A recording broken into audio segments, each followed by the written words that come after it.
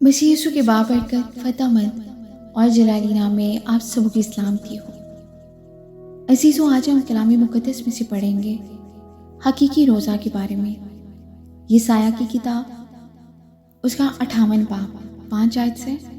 کیا یہ وہ روزہ ہے جو مجھ کو پسند ہے، ایسا دن کہ اس میں آدمی اپنی جان کو دکھ دے اور اپنے سر کو جاؤ کی طرح جھکائے اور اپنے نیچے ٹاٹ اور راکھ بچھائے؟ کیا تو اس کو روزہ اور ایسا دن کہے گا جو خداوند کا مقبول ہو؟ کیا یہ وہ روزہ جو میں چاہتا ہوں؟ یہ نہیں کہ ظلم کی زنجیریں توڑے اور جوے کے بندھن کھلیں اور مظلوموں کو آزاد کریں، بلکہ ہر ایک جوے کو توڑ ڈالیں۔ کیا یہ نہیں کہ تو اپنی روٹی بھوکوں کو کھلائے اور مسکینوں کو جو آوارہ ہے اپنے گھر میں لائے، اور جب کسی کو ننگا دیکھے تو اسے پہنائے، اور تو اپنے ہم جنس سے روپوشی نہ کرے؟ تب تیری روشنی صبح کی مانند پھوٹ نکلے گی اور تیری صحت کی ترقی جلد ظاہر ہوگی۔ آمین، ہلیلویا۔ تیری صداقت تیری ہراول ہوگی اور خداوند کا جلال تیرا چنڈاول ہوگا۔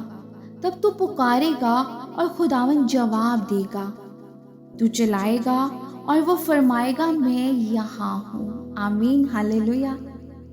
اگر تو اس جوے کو جو انگلیوں سے اشارہ کرنے کو اور حرز و گوئی کو اپنے درمیان سے دور کرے گا، اور اگر تو اپنے دل کو بھوکے کی طرف مائل کرے اور آزادہ دل کو آسودہ کرے، تو تیرا نور تاریکی میں چمکے گا اور تیری تیرگی دوپہر کی مانند ہو جائے گی، اور خداوند سدا تیری رہنمائی کرے گا اور خشک سالی میں تجھے سیر کرے گا اور تیری ہڈیوں کو قوت بخشے گا۔ آمین، ہلیلویا۔